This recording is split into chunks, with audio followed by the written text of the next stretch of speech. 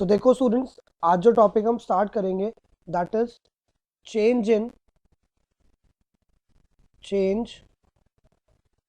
इन budget line. Okay, topic हमें जो करना है वो क्या है? Change in budget line. देखो मैं आपको रिकॉल करा दूं, आपने अभी तक ऑर्डिनल अप्रोच के अंदर क्या क्या पढ़ लिया। ऑर्डिनल अप्रोच में आपने पढ़ा है कि बेसिकली कि जो आपका इनडिफरेंस कर्व है उसका मतलब क्या होता है। Good morning. उसका मतलब क्या होता है?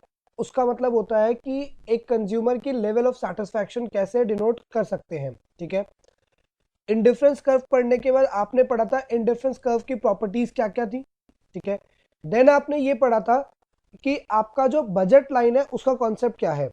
तो जैसे इंडिफरेंस कर्व का कॉन्सेप्ट ये बताता था कि मेरी लेवल ऑफ सेटिस्फैक्शन क्या है, वैसे बजट लाइन का जो कॉन्सेप्ट है मुझे वो ये बताता है कि मेरे पास जो बंडल्स आ रहे हैं डिफरेंट डिफरेंट गुड्स के, उनकी अफोर्डेबिलिटी क्या है। राइट, मतलब इंडिफरेंस कर्व ने ये तो बता दिया था कि भाई किस किस गुड की कंजम्पशन करके मुझे कितना सेटिस्फैक्शन मिलेगा। तो बजट लाइन ने आपको ये बताया था कि अगर कोई गुड आप कंज्यूम करने जा रहे हो, सो वेदर वो गुड आपके लिए अफोर्डेबल है या नहीं है। ठीक है, आज उसी चीज में हमको आगे बात करनी है कि जो हमारी बजट लाइन है वो चेंज हो सकती है। वो कैसे चेंज हो सकती है? ठीक है, अब पहले एक बात समझने की कोशिश करो, बजट लाइन कब चेंज होगी? बजट लाइन चेंज होगी जब बजट लाइन की किसी भी इक्वेशन में चेंज आएगा, है ना। आप समझने की कोशिश करो, आपने पढ़ा है कि जो बजट लाइन है उसकी इक्वेशन क्या है। बजट लाइन की इक्वेशन आपने लास्ट लेक्चर में डिराइव करनी सीखी थी, जो कि थी एम। एम का मतलब क्या था? जो कंज्यूमर के पास इनकम है। एम का मतलब क्या है? जो कंज्यूमर के पास इनकम है। तो एम इक्वल्स टू में पी एक्स। पी एक्स का मतलब क्या है? जो एक्स का प्राइस था multiply by q x. Q x का मतलब क्या है? जो एक्स की क्वांटिटी है plus p y. P y का मतलब क्या है? जो वाई का प्राइस है इनटू में जो वाई की क्वांटिटी है। तो स्टूडेंट्स ये आपने डिराइव किया था किसको? ये आपने डिराइव किया था बजट लाइन की इक्वेशन को। ठीक है, अब हम कह रहे हैं कि बजट लाइन में जो चेंज आएगा, भाई बजट लाइन जब बन इस इक्वेशन से रही है तो जो चेंजेस आएंगे वो भी इसी इक्वेशन में किसी वेरिएबल के चेंज होने से आएंगे। सोच के देख लो, भाई जब बन ही इन वेरिएबल से रही है तो चेंज आने की जो वजह होंगी वो क्या होंगे? वो भी इन्हीं में से कोई वेरिएबल होंगे। कोई वेरिएबल चेंज होगा तभी शायद बजट लाइन में चेंज आएगा। अब आपको जो इंपॉर्टेंट चीज समझनी है क्या, कि वेरिएबल चेंज कौन सा होगा। ठीक है स्टूडेंट्स, देखो पहले मैं बात करना चाहूंगा आपसे क्वांटिटी की। क्वांटिटी, तो स्टूडेंट्स सोच के देखना है आपने, क्या क्वांटिटी चेंज होने वाला वेरिएबल है इंडिपेंडेंटली? सोच के देखो, नहीं है। क्वांटिटी प्राइस के ऊपर है। एग्जैक्टली क्वांटिटी जो चेंज होगी वो डिपेंड करेगी इनकम पे और प्राइस के ऊपर। वो इंडिपेंडेंटली चेंज नहीं हो जाएगी कि अपने मन से चेंज हो गई, नहीं, वो इनकम और प्राइस के ऊपर डिपेंड करेगी। ठीक है, ये केस स्टूडेंट सिर्फ बजट लाइन के लिए अप्लाई होता है, क्योंकि इन रियल वर्ल्ड जब हम बात करेंगे डिमांड चैप्टर की तो यू विल फाइंड आउट कि real world scenario something different होता है। स्टूडेंट्स रियल वर्ल्ड सिनेरियो के अंदर क्वांटिटी जो होती है हमारी, जो क्वांटिटी की हम बात करते हैं, क्वांटिटी क्या होती है? Quantity is an independent variable. इस चीज को आपने याद रखना है, और ये मैं आपको समझाऊंगा जब मैं आपको डिमांड की थ्योरी समझाऊंगा कि जो क्वांटिटी है वो रियल वर्ल्ड में क्वांटिटी एक इंडिपेंडेंट वेरिएबल होता है, वाइल जो प्राइस आप पढ़ रहे हो अभी, जिसे आप इंडिपेंडेंट वेरिएबल मान रहे हो, while price is a dependent variable. ये चीज स्टूडेंट्स हम सीखेंगे, लेकिन कब? जब हम डिमांड की थ्योरी पढ़ेंगे। ठीक है, फिलहाल हम बजट लाइन की थ्योरी पे, तो बजट लाइन की थ्योरी पे आप फोकस करो कि जो क्वांटिटी है वो तो एक तरीके से क्या हो गया? वो तो एक तरीके से डिपेंडेंट वेरिएबल हो गया। तो मतलब इस इक्वेशन में जो वेरिएबल चेंज होंगे वो कौन से होंगे? वो चेंज होगा मनी, इनकम, वो चेंज होगा प्राइस ऑफ एक्स, वो चेंज होगा प्राइस ऑफ वाई। मतलब ये तीन वेरिएबल हैं जो स्टूडेंट्स क्या हो सकते हैं? ये तीन वेरिएबल हो सकते हैं चेंज। तो इसका मतलब है अगर ये तीन वेरिएबल कैसे भी चेंज हो, चेंज का मतलब है हो सकता है इंक्रीज कर जाए, और चेंज का मतलब है हो सकता है डिक्रीज कर जाए। राइट,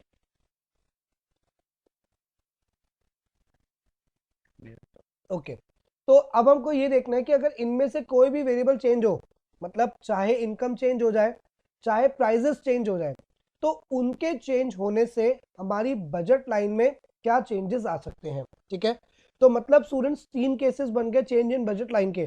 कौन कौन से? पहला case, case one, when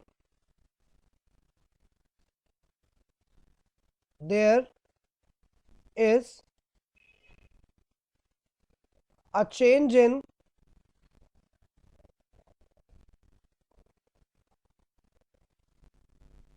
when there is a change in income of the consumer, जब कंज्यूमर की इनकम चेंज होगी but keeping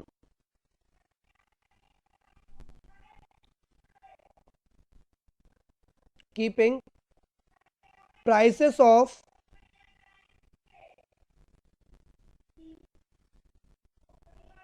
both the goods constant. ठीक है, सबसे पहला क्या होगा स्टूडेंट? सबसे पहला हमारे पास हो गया कि जब कंज्यूमर की इनकम चेंज होगी लेकिन दोनों गुड्स के प्राइसेस क्या रहेंगे? सेम रहेंगे, पहला केस। केस बी की बात करते हैं, when price of one good changes keeping price of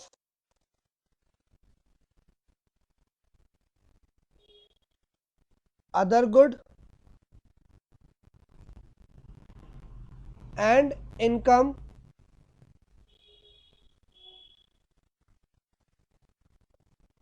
of the consumer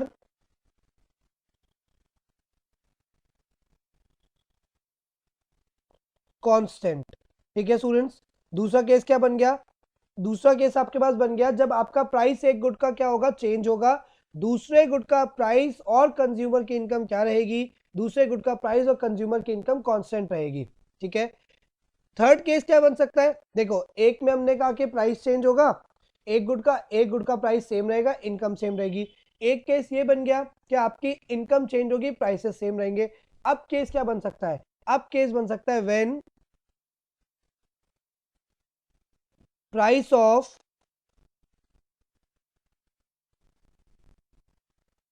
both the goods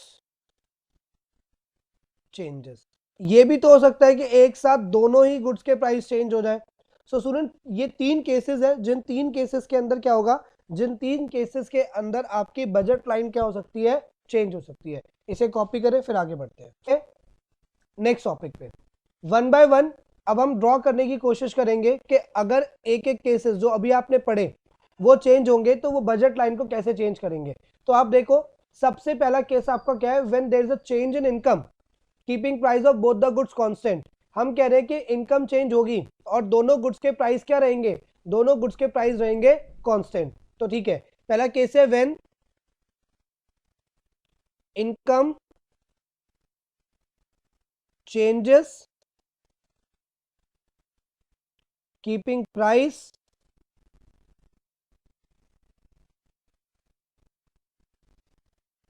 of both goods,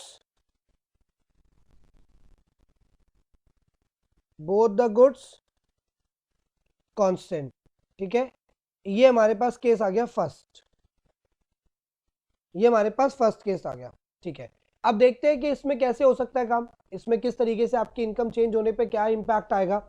तो स्टूडेंट्स, इनकम चेंज होगी, इनकम चेंज, अब मुझे तो नहीं पता ना कि इनकम का चेंज कैसा आएगा। इनकम का चेंज पॉजिटिव भी हो सकता है, नेगेटिव भी हो सकता है। पॉजिटिव और negative by what do I mean by positive and negative? मतलब इनकम कंज्यूमर की इंक्रीज भी हो सकती है और इनकम कंज्यूमर की डिक्रीज भी हो सकती है। ठीक है, तो हम दो केसेस बना के चलेंगे इसके अंदर। पहला केस, ठीक है, व्हेन इनकम इंक्रीजेस, जब कंज्यूमर की इनकम बढ़ जाएगी। ठीक है, तब क्या फर्क पड़ेगा। एंड दूसरा केस, व्हेन इनकम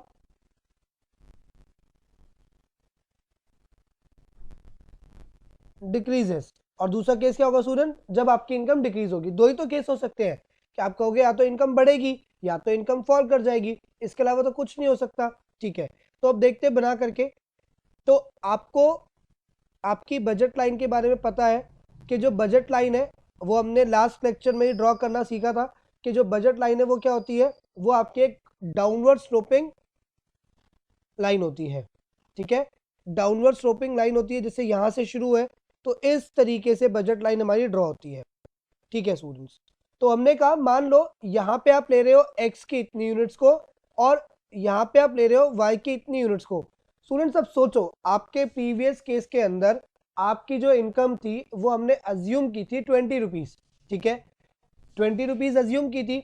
अगर 20 रुपीज आपने अज्यूम किया था तो 20 रुपीज में y का प्राइस हमने अज्यूम किया था 4, तो आप मैक्सिमम कितना ले पा रहे थे 5 यूनिट्स को, और x का प्राइस अज्यूम किया था 2 रुपए, तो आप मैक्सिमम कितना ले पा रहे थे 10 यूनिट्स। लेकिन अगर स्टूडेंट्स अब आपकी इनकम 20 से बढ़ करके से आपकी इनकम 20 से बढ़ करके 40 हो जाएगी, तो इसका मतलब है जब 20 पे आप x ले पा रहे थे 5 और y ले पा रहे थे 10, क्योंकि मैक्सिमम इतना ले सकते हो, लेकिन प्राइस तो कांस्टेंट है। अगर मैं प्राइस को कांस्टेंट रख दूं तो 40 रुपीज में मैक्सिमम x कितना ले पाऊंगा, आप खुद सोचो, x का प्राइस था 2 रुपए, तो 40 अपॉन में क्या हो जाएगा 2, तो सीधा कितनी यूनिट्स हो जाएंगी 20 यूनिट्स एग्जैक्टली। सिमिलरली y की आप कितनी यूनिट्स को ले पाओगे, y का प्राइस कितना है 4, मतलब 10 यूनिट्स को। मतलब जहां भी आपका y है, जहां भी आपका y है वो उससे ज्यादा हो जाएगा। मतलब ये मान लेता हूं कि अगर ये 5 यूनिट्स था तो अब कितना ले पाऊंगा 10 यूनिट्स, तो y का पॉइंट क्या करेगा, y का पॉइंट अपवर्ड मूव करेगा। सिमिलरली अगर x का ये था पहले 5 यूनिट्स, तो अब कितना होगा, अब होगा 20 यूनिट्स, तो मतलब y शिफ्ट हो जाएगा y1 पे, x शिफ्ट हो जाएगा आपका x1 पे, और आपके पास स्टूडेंट्स क्या होगा, और आपके पास एक नई बजट लाइन बन जाएगी। राइट, ठीक है, आपके पास क्या होगा, एक नई बजट लाइन बनेगी जो कि क्या होगी, जो कि होगी राइटवर्ड शिफ्ट। तो मतलब इनकम के बढ़ने पे स्टूडेंट्स क्या होगा, इनकम के बढ़ने पे जो बजट लाइन है वो क्या करेगी, वो करेगी राइटवर्ड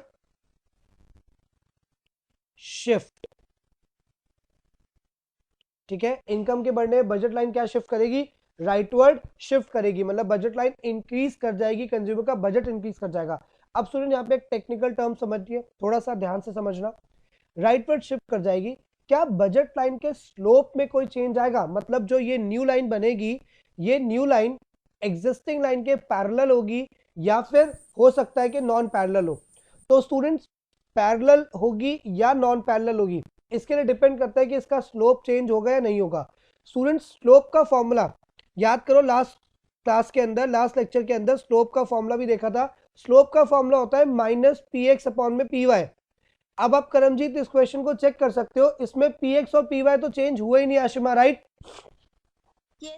जब पी एक्स और पी वाई चेंज ही नहीं हुए तो आपकी जो स्लोप है क्या उसमें कोई चेंजेस आएंगे, तो इसलिए जो जब इनकम का चेंज आएगा और उसकी वजह से राइटवर्ड शिफ्ट होगा तो this will be a parallel shift, ये एक पैरेलल शिफ्ट होगा स्टूडेंट्स, क्योंकि आपके प्राइस में कोई चेंज नहीं आया है, तो एग्जैक्टली ये शिफ्ट कर जाएगा राइटवर्ड।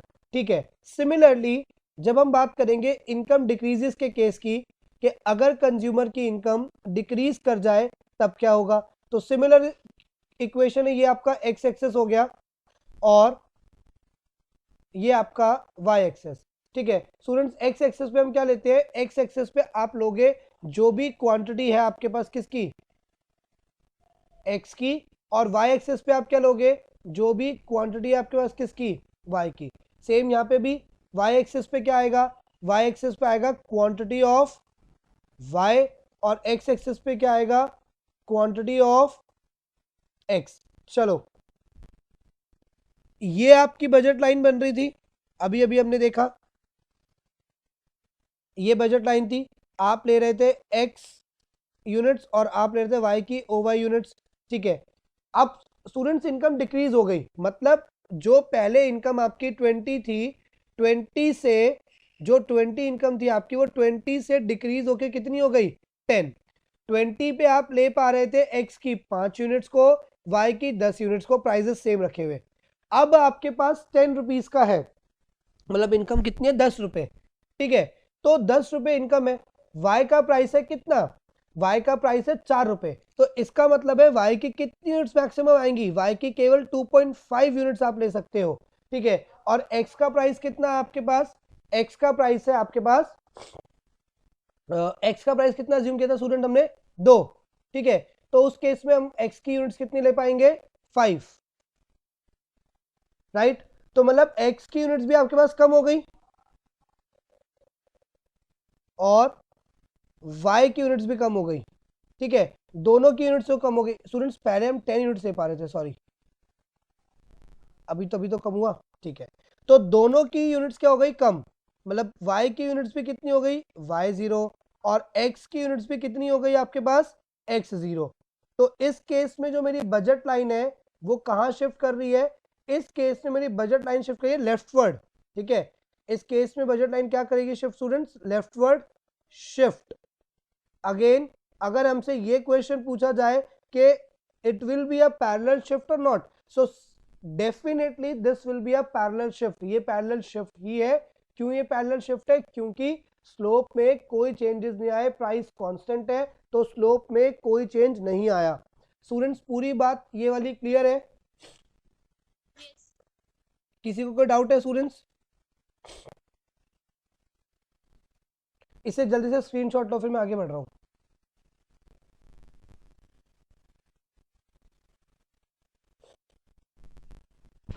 Done, okay. अब बात करते हैं हमारे पास जो बी केस हमने पढ़ा था, बी केस हमने क्या पढ़ा था, बी केस हमने पढ़ा था price of one good changes, किसी एक गुड का प्राइस चेंज करेगा कीपिंग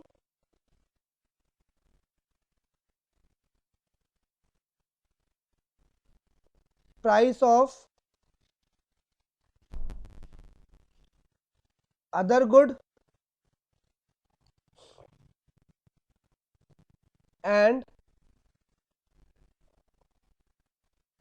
इनकम कांस्टेंट। इस केस में हम कह रहे हैं कि एक गुड का प्राइस जो है वो चेंज हो जाएगा और कंज्यूमर की इनकम और दूसरे गुड का प्राइस क्या हो जाएगा, उसमें कांस्टेंट रह जाएगा, ठीक है। So that is the case of second case, ठीक है। अब इसमें देखते हैं कि अब अगेन स्टूडेंट्स एक गुड का प्राइस चेंज हो रहा है, फर्क नहीं पड़ता, चेंज हो रहा है ना, तो चेंज का मतलब क्या है, चेंज के तो दो ही मतलब हो सकते हैं, या तो उसका प्राइस भी बढ़ रहा होगा या तो प्राइस घट रहा होगा, दो में से कोई भी केस होता है। तो मान लो यहाँ पे हम x की बात कर लेते हैं, तो कॉरस्पॉन्डिंगली y का भी आप बना लोगे। तो माना हमने किससे प्राइस ऑफ, हम फिलहाल x को ज्यूम कर रहे हैं, x इंक्रीज कर रहा है, ठीक है। तो सिमिलरली प्राइस ऑफ x क्या करेगा, डिक्रीज करेगा। तो यही केस हमारे पास बनेगा कि प्राइस ऑफ एक्स बढ़ेगा और प्राइस ऑफ एक्स क्या होगा, कम होगा, दोनों ही केस बन सकते हैं। तो अगर इस केस में हम अपने ग्राफ को ड्रॉ करते हैं तो सिमिलर केस है स्टूडेंट्स, आपके पास ये एक्स एक्सिस पे एक्स की क्वांटिटी और वाई एक्सिस पे आपकी वाई की क्वांटिटी, ठीक है। अब मान लेते हैं कि ये आपका बजट लाइन बन रहा था, ठीक है। तो ये आप y की यूनिट्स ले रहे थे और ये आप x की यूनिट्स ले रहे थे। स्टूडेंट्स आप सोच के देखो, x का प्राइस बढ़ गया, x का प्राइस बढ़ने का मतलब है इनकम सेम है आपकी, ठीक है। जैसे अगर हम यहाँ पे ड्रॉ कर ले रफली, भाई आपने कहा कि पहले केस में आपकी इनकम कितनी थी 20 रुपए ही है, ठीक है। और आप 20 रुपए में x ले पा रहे थे 10 यूनिट्स और आप y ले पा रहे थे 5 यूनिट्स, ठीक है, ओके। अब वो कह रहा है ये दोनों चीजें तो सेम है, ये दोनों चीजों में किसी भी तरह का कोई चेंज नहीं आया। चेंज किस में आया, इसमें ये 10 रुपए से बढ़ करके कितने भी रुपए हो गया, ठीक है। मान लो 10 ये कितने का था आपका, एक्स था 2 रुपए का, अब ये 2 रुपए से बढ़ के मान लो 4 रुपए का हो गया, तो जैसे ही x 2 रुपए से बढ़ के 4 रुपए का होगा तो x आप कितना ले पाओगे, 5 यूनिट्स। इसका मतलब स्टूडेंट्स, लेकिन y कितना ले पाओगे, अभी भी y तो अभी भी 5 ही ले पाओगे क्योंकि y का प्राइस तो चेंज हुआ नहीं। मतलब y का पॉइंट स्टूडेंट सेम जगह पे रहेगा क्योंकि y तो आप अभी भी उतना ले सकते हो, लेकिन जो आपके पास x है वो क्या हो जाएगा, x की यूनिट्स कम हो जाएंगी। मतलब इसमें जो ग्राफ है वो रोटेट करेगा एक तरीके से, कहां पे, x एक्सिस पे वो रोटेट करेगा क्योंकि x का प्राइस कम बढ़ गया तो कंज्यूमर सिर्फ x की यूनिट्स को कम ले पाएगा, y के तो कोई फर्क नहीं पड़ता, y तो उतनी ले पाएगा। So that is the case. अब यहां देखो क्या स्लोप चेंज हुआ, ऑफ कोर्स यहां पे स्लोप चेंज हो चुका है क्योंकि प्राइस चेंज हुआ है। आप इस चीज को देखो, ये कंपैरेटिवली फ्लैटर है और ये कंपैरेटिवली स्टीपर है। स्टूडेंट्स फ्लैटर का मतलब क्या होता है, फ्लैटर का मतलब होता है जिसका स्लोप कम होता है। जैसे मान लो मैं आपसे पूछूं कि आप एक जगह पे खड़े हो, आगे आपको दो रास्ते दिखाई दे रहे हैं, एक रास्ता आपको दिखाई दे रहा है ऐसे, ठीक है, अब एक रास्ता आपको दिखाई दे रहा है यश ऐसे। अब मैं आपसे पूछूं भाई ढलान ज्यादा कहां पे है, आप कहोगे सर ऑफ कोर्स यहाँ पे बहुत ज्यादा है, जबकि यहाँ पे क्या है, कम। तो जहां पे आपका ढलान ज्यादा है, ढलान मीन्स स्लोप, मीन्स वो क्या हो गया आपके लिए, वो हो गया स्टीपर, कि भाई बहुत खड़ा सा है, खड़ी चढ़ाई सी है जो हम कहते हैं। और ये क्या हो गया, ये हो गया आपका फ्लैटर। याद रखना इकोनॉमिक्स में स्लोप का बहुत ज्यादा काम आता है। तो ये वाली लाइन क्या होगी कंपैरेटिवली, ये वाली लाइन कंपैरेटिवली होगी फ्लैटर, ये वाली लाइन क्या होगी कंपैरेटिवली स्टीपर। तो ये हुआ प्राइस एक्स का अगर बढ़ जाएगा तो। सिमिलरली स्टूडेंट्स क्या हो सकता है, हो ये भी सकता है कि जो एक्स का प्राइस है, जो आपके पास एक्स का प्राइस है, हो सकता है कि एक्स का प्राइस क्या हो जाए, एक्स का प्राइस कम हो जाए। तो अगर ऐसा होगा तो ये आपकी बजट लाइन, जहां पे आप y ले रहे हैं y और x ले रहे हैं ox, तो आपने क्या कहा कि x का प्राइस कम हो गया। मतलब जैसे ये वाला केस था, इस वाले केस में क्या हुआ था, x आपका 2 से 4 रुपए का हो गया था, लेकिन वहीं अगर x आपका 2 रुपए से कम होकर के 1 रुपए का हो जाता, ठीक है, तो इस केस में आप x की कितनी यूनिट्स को ले पाते, 20 यूनिट्स को ले पाते, ठीक है। जबकि y का प्राइस तो अभी भी सेम ही है, तो y की यूनिट्स क्या रहेंगी स्टूडेंट्स, सेम रहेंगी, लेकिन जो x की यूनिट्स है वो क्या हो जाएंगी, वो हो जाएंगी ज्यादा। तो आपका जो x का जो ग्राफ है वो क्या करेगा, अगेन क्या करेगा, आउटवर्ड रोटेट करेगा। इसमें ये इनवर्ड रोटेट कर रहा है और इसमें ये आउटवर्ड रोटेट कर रहा है, ठीक है। Inward rotation, invert, student shift नहीं बोल सकते, शिफ्ट का मतलब होता है जब दोनों ही एक्सेस के अंदर चेंजेस आ जाए, ठीक है। बट यहाँ पे क्या हो रहा है, यहाँ पे जो चेंज आ रहा है वो एक एक्सेस में आ रहा है, इसलिए वो हो गया इनवर्ट रोटेशन और ये हो गया आपका आउटवर्ड रोटेशन। ओके, ये बात भी समझ में आ गई। अब इसी में क्या कहा हमने, हम भाई ये तो एक केस हो गया हमारा, कौन सा, ये एक केस हो गया जिसमें आपके पास क्या हो रहा है, जिसमें आपके पास एक्स चेंज हो रहा है। लेकिन सिमिलरली क्या हो सकता है स्टूडेंट, सिमिलरली से प्राइस ऑफ वाई है वो बढ़ जाए, या फिर आपका प्राइस ऑफ वाई है वो कम हो जाए। इस केस में हमारा एक्स क्या रहेगा, एक्स हमारा कांस्टेंट रहेगा। तो आपके ग्राफ में क्या चेंजेस आएंगे, क्या तब ग्राफ बनना आना मुश्किल है, नहीं, बिल्कुल आसान है, आपको तब भी ग्राफ बनाने में कोई प्रॉब्लम किसी तरीके की नहीं आएगी। जैसे मान लो ये आपका बजट लाइन था जहां पे आप x ले रहे थे ox और y ले रहे थे oy, तो अब वो आपसे क्वेश्चन कह रहा है कि आपके y का प्राइस बढ़ गया, भाई y का प्राइस बढ़ा ना तो x तो वही है।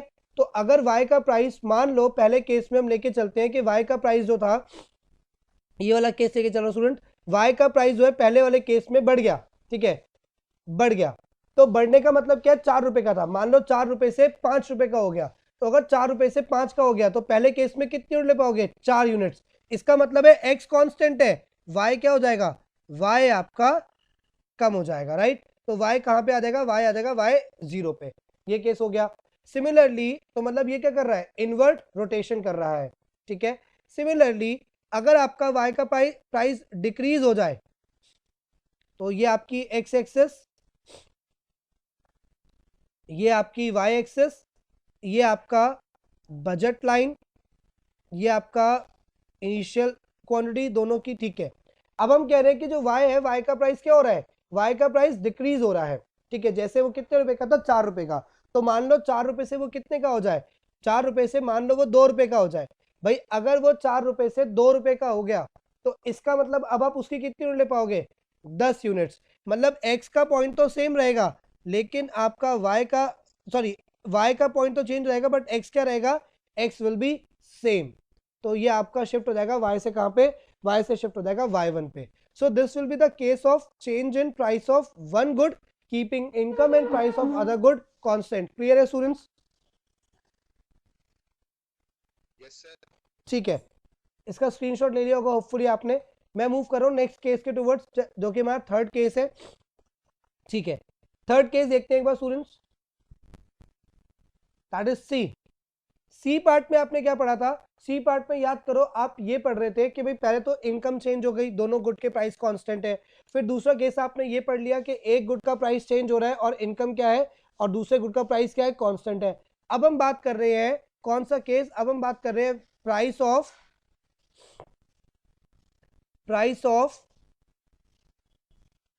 Both goods changes. अब हमारे पास कॉन्सेप्ट क्या है, हमारे पास कॉन्सेप्ट है कि दोनों गुड्स का जो प्राइस है वो क्या होगा, वो चेंज होगा। तो अगर दोनों गुड के प्राइस चेंज हो जाएंगे तो उस केस में क्या होगा।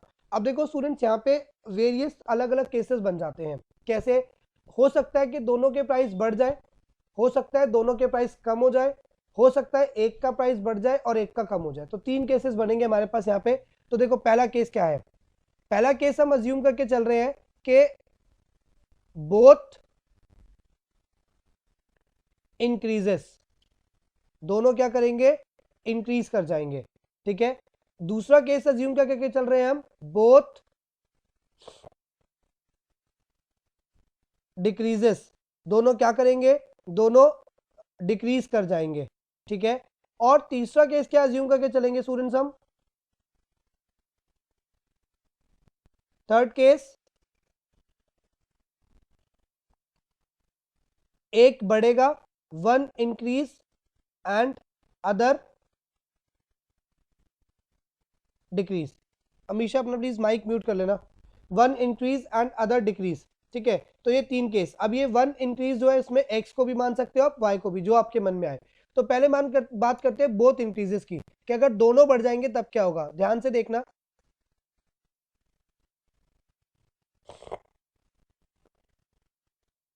तो ये हमारे पास एक्स एक्सेस हो गया स्टूडेंट्स, ओरिजिन हो गया, ये हमारे पास वाई एक्सेस हो गया। अब ये मान लो हम कह रहे हैं कि भाई ये जो है, ये हमारी बजट लाइन है, ठीक है, जो कि पहले वाले जो प्राइसेस थे उसके ऊपर बनाई गई थी। सो अब बात ये आ रही है कि दोनों का प्राइस बढ़ गया। अगर स्टूडेंट दोनों का प्राइस बढ़ गया, मान लो जो एक्स था वो 2 से 4 रुपए का हो जाए और वाई जो था वो 4 से 5 रुपए का हो जाए, तो इस केस में दोनों की जो क्वांटिटी है वो क्या हो जाएगी, कम हो जाएगी, ठीक है। दोनों की क्वांटिटी एक साथ क्या हो जाएगी, कम हो जाएगी। तो इस तरीके से शिफ्ट हो जाएगा बजट लाइन, राइट, ठीक है क्या, हाँ एग्जैक्टली, क्योंकि दोनों का प्राइस कम हो गया ना, दोनों का प्राइस एक साथ बढ़ गया तो दोनों की क्वांटिटी कम होगी, तो पूरा शिफ्ट हो जाएगा ये केस, ठीक है। भाई रोटेट तो तब होता जब एक कांस्टेंट रहता है, यहां तो दोनों के दोनों चेंज हो गए, तो क्या हो जाएगा, इनवर्ट शिफ्ट हो जाएगा। क्लियर है, लेफ्टवर्ड शिफ्ट, हाँ जी क्लियर है। चलो अब बात कर लेते हैं स्टूडेंट्स बोथ डिक्रीजेस। अगर दोनों डिक्रीज हो जाएंगे तब क्या होगा, तब भी कहानी कुछ ऐसी बननी है कि जब आपके पास ये आपकी इनिशियल बजट लाइन थी जहां पे आप x ले पा रहे थे OX और y ले पा रहे थे OY, ठीक है। अब इस केस में क्या हुआ, इस केस में हुआ ये कि आपके जो प्राइजेस हैं वो क्या हो गए हैं, कम हो गए हैं, दोनों के ही कम हो गए। मतलब x 2 रुपए से 1 रुपए का हो गया, y 4 रुपए से 2 रुपए का हो गया। अगर दोनों ही कम हो जाएंगे तो इसका मतलब है अब आप इन दोनों की यूनिट्स क्या ले पाओगे, ज्यादा। तो इस केस में भी क्या हो जाएगा, राइटवर्ड शिफ्ट। तो x आपका कहां पहुंच जाएगा, x1 पे, y आपका कहां पहुंच जाएगा, y1 पे। So this will be a rightward shift, ठीक है। This was a leftward shift and this is a rightward shift, ठीक है। तो ये तो आपको पता ही है, यहां लिख देता हूं, क्या फिर भी मैं, ये हमारा कौन सा केस हो गया, ये हमारा केस हो गया लेफ्टवर्ड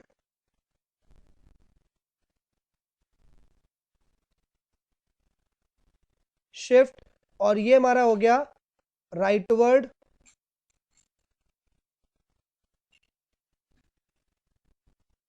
शिफ्ट। ठीक है, अब स्टूडेंट हमारे पास आता है ये वाला केस। इस वाले केस में देखो, थोड़ा सा ध्यान से देखना, इस वाले केस में दो बातें बनती हैं। दो बातें कौन सी? दोनों गुड्स के प्राइसेस अब एक है, एक का बढ़ रहा है एक का कम हो रहा है। तो पहले अगर मान लो अज्यूम कर लेते हैं, इसी का हम पहला केस अज्यूम कर लेते हैं कि एक्स जो है इंक्रीज कर रहा है और वाई जो है डिक्रीज कर रहा है। ऐसा हो सकता है ना कि एक बढ़ रहा है एक घट रहा है, तो हमने पहले मान लिया कि भाई एक्स बढ़ रहा है और जो हमारा वाई है वो कम हो रहा है। तो उस केस में देखते हैं ग्राफ कैसे बनेगा। सुन, थोड़ा सा ध्यान से देखना ग्राफ को। पहले बजट लाइन बन गई आपकी ये रही, जहां पे आप x ले रहे थे OX और y ले रहे थे OY। ठीक है, अब बात आती है कि सर x का प्राइस बढ़ रहा है। अगर x का प्राइस बढ़ रहा है तो डेफिनेटली x कहां जाएगा यश? x चला जाएगा इनवर्ड, क्योंकि प्राइस बढ़ने का मतलब इतना तो समझ में आ ही चुका है अब तक में कि प्राइस बढ़ेगा तो क्वांटिटी कम हो जाएगी, तो क्वांटिटी x से कम होकर x0 हो गई। लेकिन y का प्राइस तो कम हो रहा है, तो अगर y का प्राइस कम हो रहा है तो y की क्वांटिटी क्या हो जाएगी? बढ़नी चाहिए। तो y की क्वांटिटी बढ़ गई, वो हो गई y1। ठीक है, तो मतलब ये आएगी आपकी न्यू बजट लाइन। स्टूडेंट्स कुछ क्लियर हुई बात? हाँ, वो उससे कोई फर्क नहीं पड़ता हमें इंटरसेक्शन से, लेकिन नई न्यू बजट लाइन का कॉन्सेप्ट है वो समझ में आया? नहीं, आपको इक्वेशन का कोई इशू नहीं है, इक्वेशन आपकी एग्जिस्टिंग इक्वेशन किसी काम की नहीं है। जब आपके प्राइस चेंज हो गए तो इक्वेशन ही नहीं है, तो आपको करना क्या है उसको? आपको तो चेंज इन प्राइस के बाद की इक्वेशन चाहिए ना, तो वो चेंज इन प्राइस के बाद की इक्वेशन बनेगी। इक्वेशन थोड़ा ना इंटरसेक्ट कर जाएगी आपकी।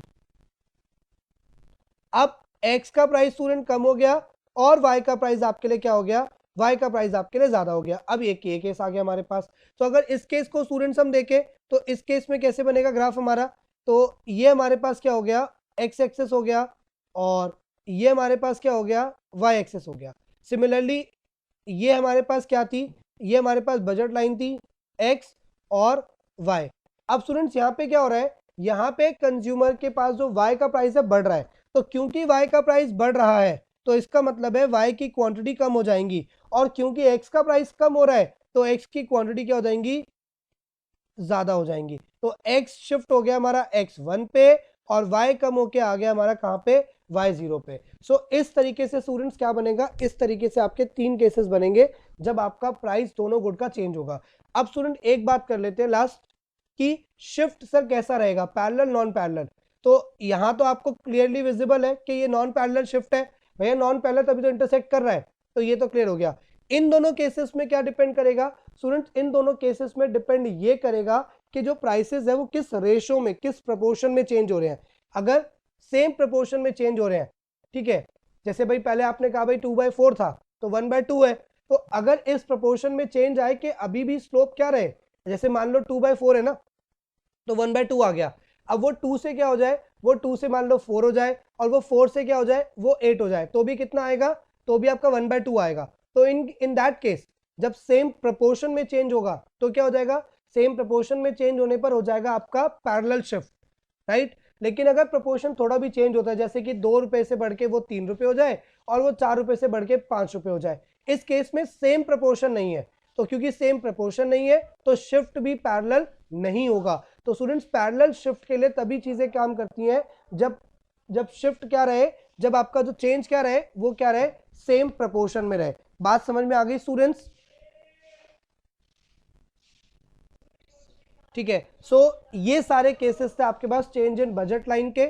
ओके, आई होप आपने कॉपी भी कर ही लिया होगा इन सारे केसेस को। एक बार जल्दी से देख लो। एक तो ये केस था, एक ये केस था जब आपके एक गुड चेंज हुआ था, बाकी इनकम और प्राइस सेम था, और एक ये केस था सबसे फर्स्ट वन जिसमें हमने कहा था इनकम चेंज हो जाएगी। तो ये सारे केसेस है। Okay, so keep this till here, बाकी फिर नेक्स्ट क्लास में कंटिन्यू करेंगे। ओके।